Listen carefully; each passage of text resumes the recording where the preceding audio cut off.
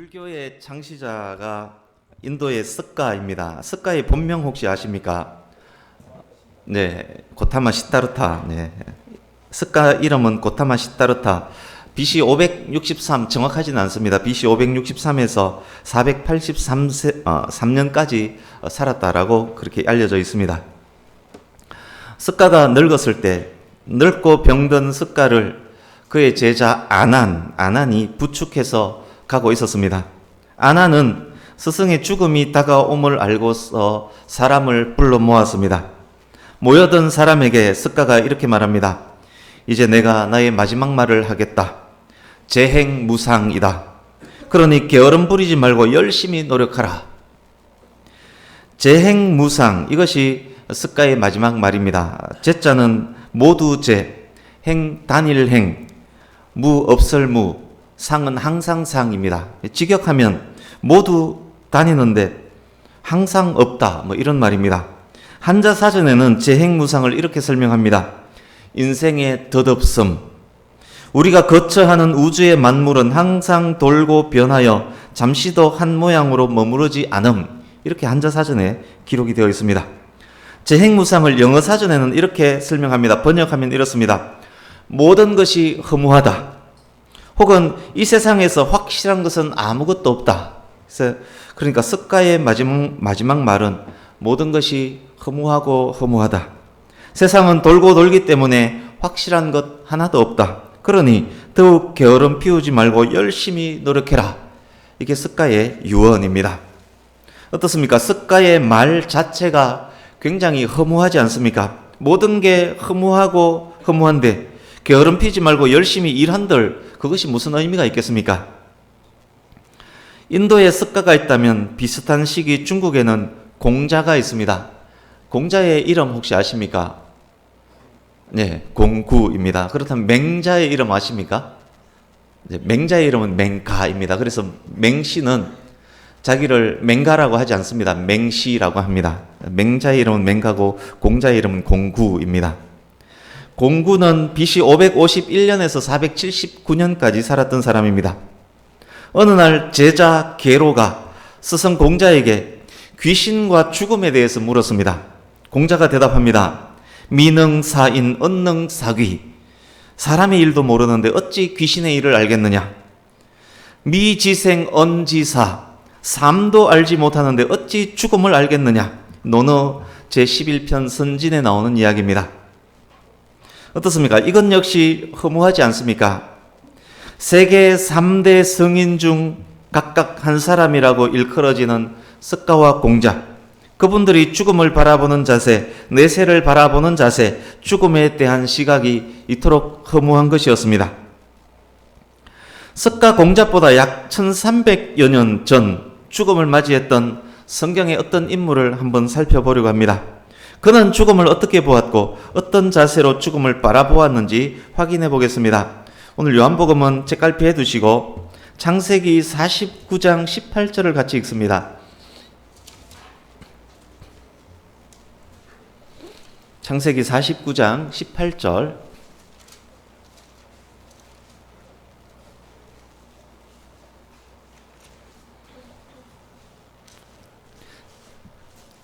창세기 49장 18절 같이 읽습니다. 시작. 여호와여, 나는 주의 구원을 기다리나이다. 아멘. 야곱이 자식들을 축복하는 중간에 갑자기 자기 개인의 이야기를 하는 장면입니다. 이 말은 비록 험한 세월을 살았지만 그렇지만 여호와와 동행하면서 열심히 살았습니다. 이제 이 생의 삶을 접고 여호와께서 계시는 영원한 구원의 세계로 이제 갑니다라는 말입니다. 이게 야곱 개인의 마지막 말, 야곱의 유언이라고 할 수 있습니다. 불교의 창시자 스가, 유교의 창시자 공자, 세상에서 가장 위대한 사람이라고 불리워지는 스가와 공자, 그리고 창세기 49장 현재 야곱, 이 야곱은 거대한 나라 애굽에서 살고 있는 이방인 작은 한 가문의 족장일 뿐입니다. 노인 야곱과 위 두 위인들을 비교해 볼 때 누가 참 성공한 사람이라고 할 수 있겠습니까? 죽음이 무엇인지도 모르고 생의 마지막이 허무하고 허무했던 공자 스가의 인생보다 감사하게 담대하게 죽음을 맞이하는 나 이제 하나님께 갑니다 라고 말하는 하나님의 사람 야곱의 인생이 훨씬 더 성공한 인생이 아니겠습니까? 습가와 공자 그리고 야곱의 유언에 대해서 미리 말씀드린 이유는 이 땅을 살다 가신 예수님의 마지막 말씀들을 알아보기 위함입니다. 예수님 생의 마지막은 십자가에 매달려서였습니다. 예수님께서 돌아가시기 전 십자가 위에서 7마디 말씀을 했습니다. 그것을 가상, 그러니까 십자가상 7언, 가상 7언이라고 부릅니다. 주보 오른쪽 하단에 시간 순서대로 가상 7언을 기록해 두었습니다. 한 절씩 읽으면서 확인을 할 텐데 읽으시면서 십자가 위에 매달려 있는 그 예수님을 생각하시면서 동일시 하면서 읽을 수 있으면 좋겠습니다. 첫 번째 말씀 1번 같이 읽습니다. 시작. 아버지 저들을 사하여 주옵소서 자기들이 하는 것을 알지 못함이니이다. 아멘. 십자가에 못 박혀 매달린 예수께서 죽음이 임박한 예수께서 자기를 십자가에 매단 사람들을 위해서 기도하고 있습니다. 이제 2번 함께 읽습니다. 시작. 내가 진실로 내게 이르노니 오늘 내가 나와 함께 낙원에 있으리라. 아멘. 죽음 직전에 예수님을 믿은 한편의 강도에게 하신 예수님의 말씀입니다. 이제 3번 같이 읽습니다. 시작. 여자여 보소서 아들이니이다. 보라 내 어머니라. 아멘. 여기에는 지금 2마디가 기록이 되어 있습니다. 그래서 더욱 정확하게 엄밀히 말하면 가상 8언이라고도 할 수 있습니다. 제자 요한에게 어머니 마리아 복양을 부탁하는 효자 예수님의 모습입니다. 이제 4번 괄호 안에 있는 말씀까지 같이 읽습니다. 시작. 엘리 엘리 라마 사박다니 나의 하나님 어찌하여 나를 버리셨나이까. 아멘. 세상 죄를 짊어지고 그 죄로 인해 하나님과 분리, 하나님의 외면, 하나님의 저주까지 받을 때입니다. 예수님 고통의 절정입니다. 이 고통이 너무도 두려워 이 잔을 피하게 해달라고 기도하셨습니다. 이제 5번, 6번 오늘 본문 속 말씀이기도 합니다. 5번, 6번을 이어서 같이 읽겠습니다. 시작. 내가 목마르다 다 이루었다. 이제 7번도 읽습니다. 시작. 아버지 내 영혼을 아버지 손에 부탁하나이다. 7번은 아까 나누었던 야곱의 마지막 말과 상당히 비슷합니다. 이 땅의 사역을 마치고 아버지께로 갑니다 라는 기도입니다. 이제 궁금한 점 하나 질문을 해보겠습니다. 십자가에서 운명하기 직전 고통 중에 말씀하는 예수님의 목소리는 얼만큼 컸을 것 같습니까? 들릴 듯 말 듯 알아들을 듯 말 듯 기진맥진한 작은 목소리였을까요? 들리긴 했지만 고통에 겨우겨우 한 음절씩 겨우겨우 하는 그런 목소리였을까요? 아니면 고통과 괴로움에 비명을 지르는 그런 목소리였을까요? 오늘 본문에 나오는 5번, 6번 중심으로 성경에서 그 답을 찾아보려고 합니다. 주보에 기록된 이 가상 7언 참고해서 읽으면서 설명을 들을 수 있으면 좋겠습니다. 우리 마태복음 27장 46절을 보겠습니다. 마태복음 27장 46절.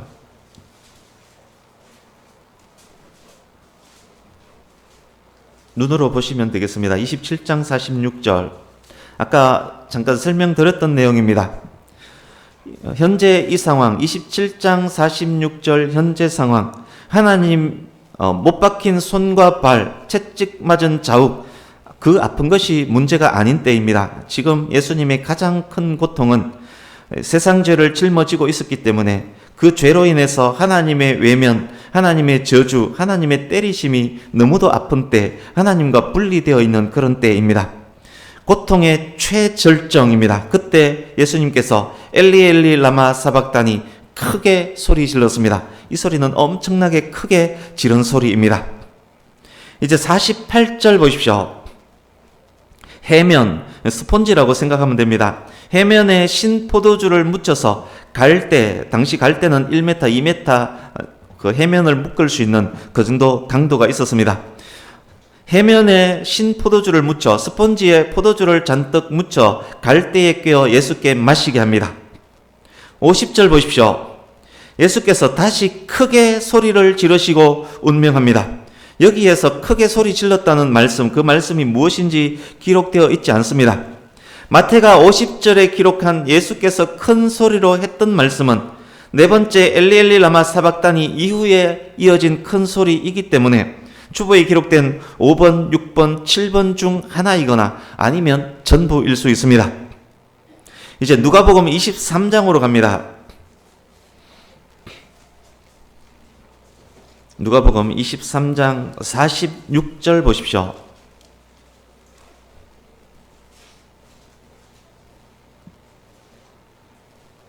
누가복음 23장 46절 일곱 번째 말씀, 아버지 내 영혼을 아버지 손에 부탁하나이다를 큰 소리로 외쳤음이 기록되어 있습니다. 이제 오늘 본문으로 갑니다. 28절과 30절 사이에 스폰지에 신포도주를 묻혀서 예수께 주는 장면이 기록이 되어 있습니다. 그 장면을 가장 가까이에서 보았던 요한은 마태는 갈대라고 했던 그것을 우슬초라고 기록을 합니다. 마태의 기록에 의하면 신포도주를 받으신 후에 예수께서 큰 소리를 질렀기 때문에 신포도주 받기 전 말씀인 5번 내가 목마르다는 큰 소리가 아니었을 수 있습니다. 그래서 이제 확실해졌습니다. 네 번째 엘리 엘리 라마 사박다니 나의 하나님 어찌하여 나를 버리셨나이까. 다 이루었다. 아버지 내 영혼을 아버지 손에 부탁하나이다. 4번, 6번, 7번은 죽음이 임박한 예수께서 큰 소리로 하신 말씀입니다. 고통에 겨워서 모기 소리로 겨우겨우 한 말씀 한 것이 아니라 큰 소리로 있는 힘을 다해서 내뱉었던 소리입니다. 다른 소리도 다른 말씀도 큰 소리로 했을 수 있겠지만 성경을 통해서 증명된 확인된 큰 소리는 4번, 6번, 7번입니다. 이제 오늘 본문 속으로 들어가겠습니다. 28절에 대해서도 좀 더 자세한 설명을 해야 하겠지만 오늘은 십자가에서 온 힘을 다해 외치셨던 다 이루었다 이 말씀에 집중을 하려고 합니다. 예수께서 다 이루셨다 크게 외치시고 아버지 나의 영혼 아버지께 하나님께 맡깁니다. 이어서 또 크게 외치시고 운명하셨습니다. 내 영혼 하나님께 맡깁니다. 이렇게 외칠 수 있었던 것은 다 이루셨기 때문입니다. 그러기에 예수님의 마지막 말씀 6번, 7번은 고통의 외침이 아니라 승리의 외침입니다. 그렇다면 예수께서 무엇을 다 이루신 것입니까? 다 이루었다 말씀하신 것은 무엇을 다 이루었다는 말입니까? 다 이루었다 이 말씀 안에는 예수님의 모든 사역, 십자가상의 모든 말씀, 7말씀 모두가 압축 요약되어 있습니다. 저도 오늘 최대한 압축해서 설명을 드리겠습니다. 아시듯 예수님의 십자가는 대속의 제사, 죄를 대신해서 속하는 대속의 제사입니다. 그것이 본질이고 그러기에 그것을 아는 것 매우 중요합니다. 범죄하는 영혼은 거룩한 하나님 앞에서 죽음입니다. 죄의 삭선 사망입니다. 여기서 말한 그 죽음은 영혼육 전체의 죽음입니다. 그런데 그 죽음을 예수께서 대신 죽으셨습니다. 이제 대속의 제사 개념이 언제부터 시작된 것인지, 대속의 제사의 효력이 개인에게만 미치는 것인지 아니면 더 광범위하게 미치는 것인지에 대해서 더 알아보겠습니다. 이 대속의 제사는 개인을 위한 대속이기도 합니다. 대속의 제사는 아담과 하와가 범죄하던 그때 하나님께서 그때 알려주신 죄속함의 방법입니다. 범죄한 아담과 하와 두 사람을 대신해서 그때 2마리의 짐승이 죽었습니다. 그 기록이 어디에 있습니까? 이렇게 물을 수 있습니다만 아담 하와를 에덴에서 쫓아낼 때 그들에게 입혀주었던 가죽옷, 그 가죽옷이 바로 그것입니다. 당시에는 짐승을 잡아먹을 때 육식이 허용되었을 때가 아니었기 때문에 짐승이 죽을 이유가 없습니다. 가죽 옷을 했다는 것은 짐승이 대신 죽었다는 의미입니다. 그 가죽 옷은 예수 그리스도의 십자가 대속을 예표합니다. 아담과 하와는 그때 처음 죽음이 무엇인지를 확인했을 것입니다. 짐승이 죽는 것, 죽음을 처음 보았을 것입니다. 피 흘려 죽는 짐승을 보면서 죽음이 얼마나 무서운 것인지, 죄가 얼마나 무서운 것인지를 확실히 깨달았을 것입니다. 짐승이 대신 죽음으로 개인이 용서받는 첫 번째 경우입니다. 레위기에 기록된 짐승 제사 중 많은 경우가 개인의 죄를 대신해서 짐승이 대신 죽는 그런 죽음의 제사입니다. 가족을 위한 대속도 있습니다. 첫 유월절, 이스라엘이 애굽에서 나올 때 문인방과 설주에 양의 피를 발랐습니다. 그때 짐승도 각각 사람 숫자에 의해서 짐승이 죽임을 당했지만 아마 발랐던 피는 한 양의 피였을 것입니다. 한 양의 피가, 양이 대신 죽고 그 양의 피가 문인방과 설주에 뿌려질 때 그 문 안에 있었던 가족이 구원을 받았습니다. 대속의 죽음을 통해서 가족이 구원받는, 가족을 위한 대속의 경우입니다. 이스라엘 온 백성을 위한 대속의 죽음도 있었습니다. 레위기 16장 속죄제 제사를 보면 백성을 위한 속죄제 제사를 드릴 때 대신 죽은 짐승으로 인해서 이스라엘 자손의 부정과 그들이 범한 모든 죄가 용서받았습니다.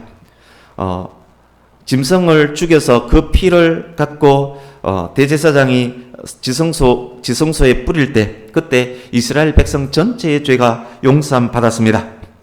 조금 전 설명드렸던 개인, 가족, 이스라엘 백성 전체를 위한 이 짐승 제사, 이 모두가 예수님의 십자가 제사를 예표합니다.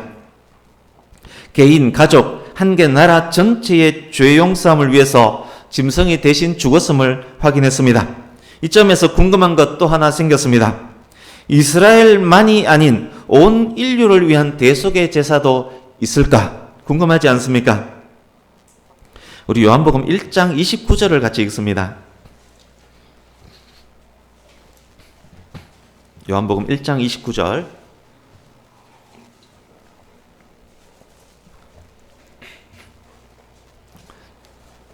(1장 29절) 같이 읽습니다. 시작. 이튿날 요한이 예수께서 자기에게 나아오심을 보고 이르되 보라 세상 죄를 지고 가는 하나님의 어린 양이로다. 아멘.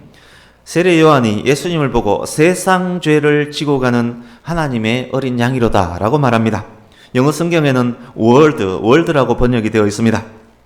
그렇습니다. 예수 그리스도께서 바로 그 대속물입니다. 예수께서 십자가에서 온 세상의 죄를 지고 대신 죽은 어린 양입니다.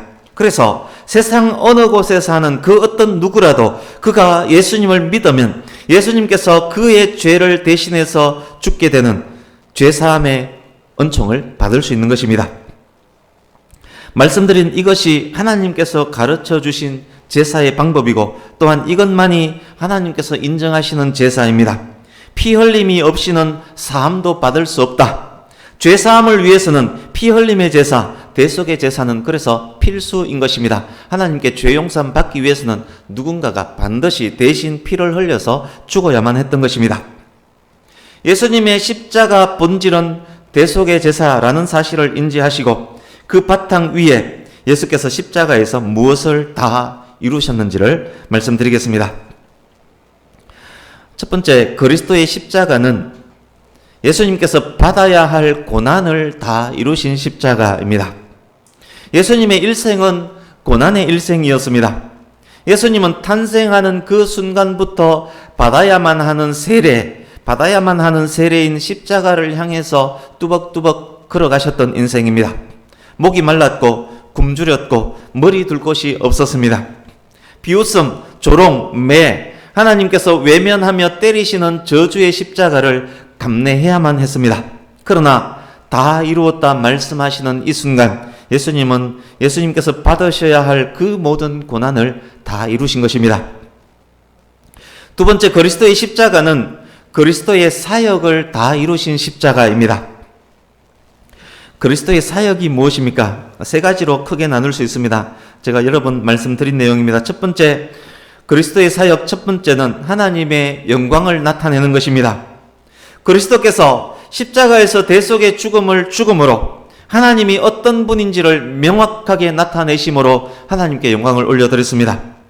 죽어야 할 그가 하나님의 독생자일지라도 죄를 용납하지 않고 죄 문제를 죽음으로 해결하게 하시는, 독생자를 죽기까지 하심으로 죄 문제를 해결케 하시는 하나님의 거룩하심, 십자가에 하나님의 거룩하심이 밝히 드러나 있습니다.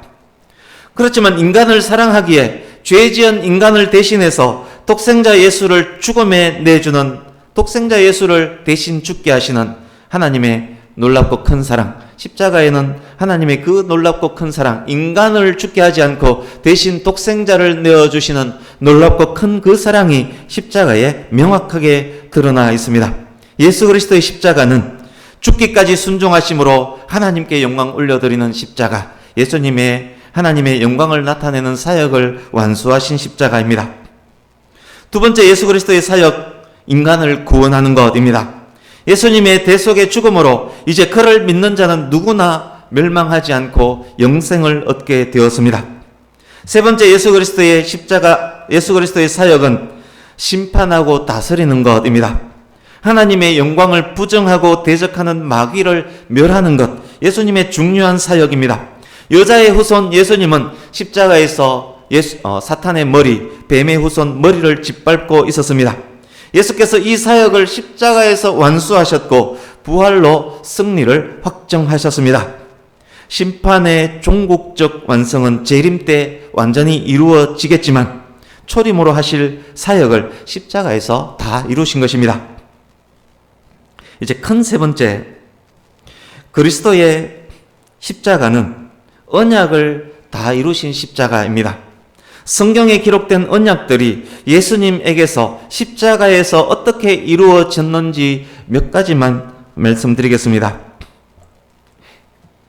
보라, 처녀가 잉태하여 아들을 낳을 것이요 그의 이름을 임마누엘이라 하리라. 예언이 예수님에게서 성취되었습니다. 아브라함의 씨로 다윗의 후손으로 베들레헴에서 태어나실 것이라는 예언이 예수님에게서 성취되었습니다. 예수님께서 애굽으로 피난할 것도, 애굽에서 다시 돌아올 것도 예수님 어린 시절을 통해서 성취되었습니다. 외치는 자의 소리, 엘리야가 먼저 올 것이라는 예언도 성취되었습니다. 그리스도께서 보지 못하는 자, 듣지 못하는 자, 저는 자를 보게 하고 듣게 하고 뛰게 할 것임에 대한 예언이 예수님의 사역을 통해서 성취되었습니다. 겸손한 그리스도께서 나귀를 타고 예루살렘으로 입성하실 것임에 대한 예언도 성취되었습니다. 그가 미움을 받을 것이고 그가 자기 백성에게서 거절받으실 것임에 대한 예언, 친구로부터 배신당할 것임에 대한 예언, 범죄자 취급받을 것임도, 손과 발이 찢길 것임도, 혀가 말라붙어 목이 마를 것임도, 군인들이 속옷을 나누며 겉옷을 제비 뽑을 것임에 대한 예언도 예수 그리스도의 사역을 통해서, 십자가를 통해서 다 성취되었습니다. 예수님과 예수님의 십자가에 대한 예언, 모든 예언이 그렇게 다 성취가 되었습니다. 예수님은 이 땅에 성육신 하신 그 순간부터 이 성취를 향해서, 십자가의 죽음을 향해서 그 많은 고난과 고통에도 불구하고 그렇게 뚜벅뚜벅 쉬지 않고 걸어오신 것이었습니다. 그 모든 것을 다 이루셨고, 다 이루었음을 확인하셨고, 다 이루었다 크게 외치셨습니다. 그것은 승리의 외침이었습니다. 그리고 크게 아버지를 부르며 나의 영혼 아버지께 부탁합니다. 크게 외친 후 본문 30절, 우리 본문 30절을 다시 보십시오. 내 영혼 아버지께 부탁합니다. 크게 외치신 후에 30절, 머리를 숙이셨습니다. 숙이시고의 원어는 숙이다를 의미하는 클리노의 능동태 분사인 클리노서입니다. 능동태 분사인 클리노서입니다. 죽는 순간까지도 예수께서 능동적 주체로 행동하셨음을 보여주는 단어입니다. 예수님의 모든 생애 죽음까지 주체자는 예수님이셨다는 말씀입니다. 선한 목자가 양들을 위해서 목숨을 버리듯, 주체적으로 버리듯 예수께서 친구를 위하여 자기 목숨을 주체적으로 버리신 것입니다. 그것 또한 이사야서 53장 12절 말씀, 자기 영혼을 버려, 자기 영혼을 주체적으로 버려 사망에 이르게 하시며 그 예언의 성취입니다. 이보다 더 큰 사랑이 있을 수 없는 놀랍고 큰 하나님의 사랑입니다. 그래서 내 영혼 아버지께 부탁합니다. 크게 외친 그 외침은 또한 그건 역시 승리의 외침인 것입니다. 세상 그 누구의 어떤 죽음이 예수님의 죽으심에 비유할 수 있겠습니까? 죽으심 자체가 승리이며 죽으심 자체가 사명의 완성이며 죽으심 자체가 모든 것을 이루는 죽음인 이런 죽음이 세상에 어디에 있겠습니까? 허무하고 허무하다. 이 사람아, 이 땅에서의 삶도 모르는데 죽은 이유를 내가 어찌 알겠는가? 이 사람아, 어떻게 귀신의 세계를 내가 알겠는가? 사람도 모르는데. 그런 삶과 너무도 다르지 않습니까? 당연합니다. 습가나 공자는 사람일 뿐이었지만 예수님은 인류를 구원하기 위해 완전한 인간의 몸을 입고 이 땅에 오신 완전한 하나님이시기 때문에 그렇습니다. 예수님 외에 그 누구도 죄 문제를 해결할 수 없는 이유입니다. 오직 예수님 안에서 구원이 있는 이유입니다. 예수님 안에서만 오직 승리가 있는 이유입니다. 이제 말씀을 마무리해 가겠습니다. 말씀 한 곳을 나눈 본문 말씀, 오늘 본문 말씀의 결론으로 먼저 한 곳 읽으려고 합니다. 히브리서 10장으로 갑니다. 신약성경 363페이지 히브리서 10장 12절에서 14절을 같이 읽습니다. 히브리서 10장 12절에서 14절 같이 읽습니다. 시작. 오직 그리스도는 죄를 위하여 한 영원한 제사를 드리시고 하나님 우편에 앉으사 그 후에 자기 원수들을 자기 발등상이 되게 하실 때까지 기다리시나니 그가 거룩하게 된 자들을 한 번의 제사로 영원히 온전하게 하셨느니라. 아멘. 십자가의 영원한 제사로 다 이루신 예수께서 죽음에서 부활하시고 하늘에 오르셔서 하나님 보좌 우편에 지금 앉아 계십니다. 그 누구와도 비교할 수 없었던 그 위대한 예수님의 삶을 이제 성도들도 살 수 있도록 만드셨습니다. 예수님의 십자가 제사로 예수님을 믿는 모든 자들을 영원히 온전하게 만들어 주셨습니다. 뿐만 아닙니다. 머지않아 다시 오셔서 마귀들을 완전히 멸하실 것입니다. 성도 영혼의 구원은 온전해졌습니다. 예수님 다시 오실 때 성도의 성도 몸의 구원도 온전해지게 될 것입니다. 그렇습니다. 오늘 말씀을 통해서 예수님 마지막 말씀 다 이루었다라는 말씀을 통해서 우리가 다시금 확인하게 되는 것, 오직 예수님 안에 구원이 있습니다. 오직 예수님을 통해서 완전해집니다. 다른 그 무엇의 가감이 필요 없습니다. 예수님 한 분만으로 충분하고 충분합니다. 이제 다 이루었다 예수님의 말씀을 이 땅을 살아가는 성도된 우리들 삶에 적용을 해보겠습니다. 우리가 성도라면, 우리가 완전한 구원을 얻은 성도라면 그 구원이 완전하기 때문에, 그 구원이 너무도 큰 은혜이기 때문에, 그 은혜가 너무도 감사하기 때문에 우리는 예수님께 이런 질문을 할 수 있어야 합니다. 구원받은 성도라면, 그 은혜를 아는 성도라면 예수님 앞에 서서 이런 질문을 할 수 있어야 합니다. 주여, 제가 주를 위해 무엇을 하리이까? 성도라면 이런 질문을 드릴 수 있어야 합니다. 여러분, 우리가 주를 위해 무엇을 할 수 있을까요? 예수께서 우리에게 무엇을 하기를 원하실까요? 우리 디모데후서 4장 7절 8절 말씀도 같이 읽으려고 합니다. 히브리서에서 앞으로 조금만 가시면 됩니다. 346페이지 디모데후서 4장 7절 8절 같이 읽습니다. 디모데후서 4장 7절 8절 같이 읽습니다. 시작. 나는 선한 싸움을 싸우고 나의 달려갈 길을 마치고 믿음을 지켰으니 이제후로는 나를 위하여 의의 면류관이 예비되었으므로 주 곧 의로운 재판장이 그날에 내게 주실 것이며 내게만 아니라 주의 나타나심을 사모하는 모든 자에게도니라. 아멘. 그리스도께서 기뻐하시는 삶이 바로 이런 삶입니다. 선한 싸움을 싸우고 달려갈 길을 끝까지 완수하는 삶. 이 땅에서의 상이 아니라 그리스도께로부터 받는 상을 바라는 삶. 예수 그리스도께서 다시 오심을 기다리는 삶입니다. 사랑하는 성도님 여러분, 우리가 이것을 알았다면, 그렇다면 당장 현실에서 우리가 주를 위해서 무엇부터 시작하면 될까요? 뭔가 크고 거창한 일을 해야 할까요? 당장 아프리카 오지 선교사로 나가야 할까요? 당장 우리가 시작해야 할 것을 말씀드리려고 합니다. 우리는 너무도 자주 시작하고 너무도 자주 포기합니다. 읽기 시작했다가 머리말만 읽고 멈춰버린 책, 써야 되겠다라면서 쓰기 시작했다가 사랑하는 누구에게 라고만 썼다가 멈춰버린 편지, 3일만 하고 멈춰버린 다이어트, 작심삼일 금주금연, 그렇게 다짐했건만 하루 나가고 멈춘 새벽 예배, 좋아서 시작했는데 하나님의 뜻이라고 시작했는데 선한 일이라고 시작했는데 큰 소망과 포부로 내 자의적으로 시작을 했는데 그런데 우리는 자주 중간에 포기하고 맙니다.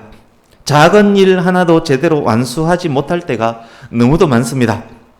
뚜벅뚜벅 걷지 못하고 편의에 따라 자주 나의 계획을 변경시켜버리고 또 자주 샛길에 빠집니다.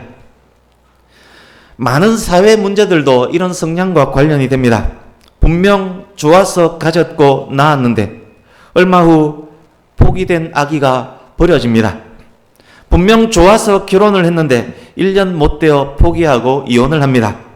분명 선하고 좋아서 그 직장 갔는데 여전히 좋은 것은 맞는데 힘이 들어서 포기해버리고 맙니다. 수많은 사람들이 죽음, 목숨까지 포기해버리고 스스로 자기에게 주어진 그 귀한 생명을 포기해버립니다.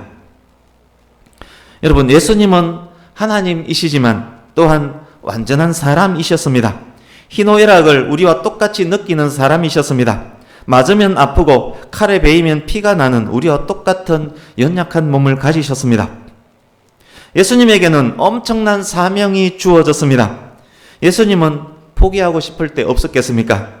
제자들이 수군대고 제자들이 다툽니다. 유다가 배신을 합니다. 베드로가 3번이나 부인을 합니다. 겟세마네에서 피땀 흘리며 기도할 때 제자들은 잠들어 있습니다. 그렇게 이 잔을 피하고 싶습니다. 그러나 아버지 뜻대로 하여 주십시오. 그렇게 기도할 때 포기하고 싶지 않았겠습니까? 그 모진 십자가, 하나님께로부터 분리되는 고통의 십자가, 그때 내려오고 싶지 않았겠습니까? 왜 피하고 싶지 않았겠습니까? 그러나 예수님은 하나님의 뜻을 이루기 위해서 끝까지 포기하지 않고 뚜벅뚜벅 걸어가셨습니다. 결국 다 이루셨습니다. 사랑하는 성도님 여러분, 선한 일을 행하다가 혹시 지쳤습니까? 첫사랑, 하나님을 향한 첫사랑이 식었습니까? 맘잡고 시작한 일이 너무 힘들어서 멈췄습니까? 세상이 나를 배신합니까? 가족과 친지가 나를 실망시킵니까? 아무리 전도해도 변화가 없는 그 인간 때문에 마음이 아픕니까? 그래서 포기하고 싶습니까? 오직 예수님 바라보시고 날 위해 십자가에서 다 이루신 예수님 바라보시고 선을 행하되 낙심하거나 포기하지 마시기 바랍니다. 기회 있는 대로 모든 선한 일을 하시기 바랍니다. 그리스도인으로, 아버지로, 어머니로, 자녀로, 직장인으로, 사회인으로 비록 낙담될 일, 고통과 아픔이 있을지라도 꿋꿋하게 견뎌보시기 바랍니다. 그래서 우리가 참고 인내하는 것도 하나님의 은혜입니다. 실패했을지라도 한 번 더 시도해 보시기 바랍니다. 예수님처럼 하나님의 뜻 안에서 한 걸음씩 뚜벅뚜벅 계속 걸어가시길 바랍니다. 그렇게 최선의 삶을 다하다가 우리의 수명이 다하는 어느 날 예수님처럼, 야곱처럼 죽음 앞에서도 당당히 큰 목소리로 나는 최선을 다했다. 하나님께서 내게 맡겨주신 일 다 이루었다. 아버지여, 이제 아버지께로 갑니다. 나의 영혼 받아주소서. 그렇게 승리의 외침을 하는 성도들 다 될 수 있기를 간절히 바랍니다. 우리 함께 빌립보서 1장 6절 말씀을 적용을 위한 결론으로 읽고 마치려고 합니다. 빌립보서 1장 6절로 갑니다. 319페이지, 신약성경 319페이지, 빌립보서 1장 6절 같이 읽습니다. 시작. 너희 안에서 착한 일을 시작하신 이가 그리스도 예수의 날까지 이루실 줄을 우리는 확신하노라. 아멘. 하나님께서 우리를 택하시고 구원하신 그 순간부터 하나님께서는 우리에게 사명을 주시고 그 사명을 완수할 수 있게끔 일을 시작하셨습니다. 하나님 안에서 아무리 힘들고 어려울지라도 우리는 할 수 있습니다. 하나님께서 도와주십니다. 포기하지 않고 끝까지 열심을 내면 반드시 이룰 것입니다. 그래서 예수님처럼 승리하는, 사도 바울처럼 승리하는, 야곱처럼 승리하는 우리 모두의 삶, 인생 되시기를 예수님 이름으로 축복합니다. 아멘. 기도하겠습니다.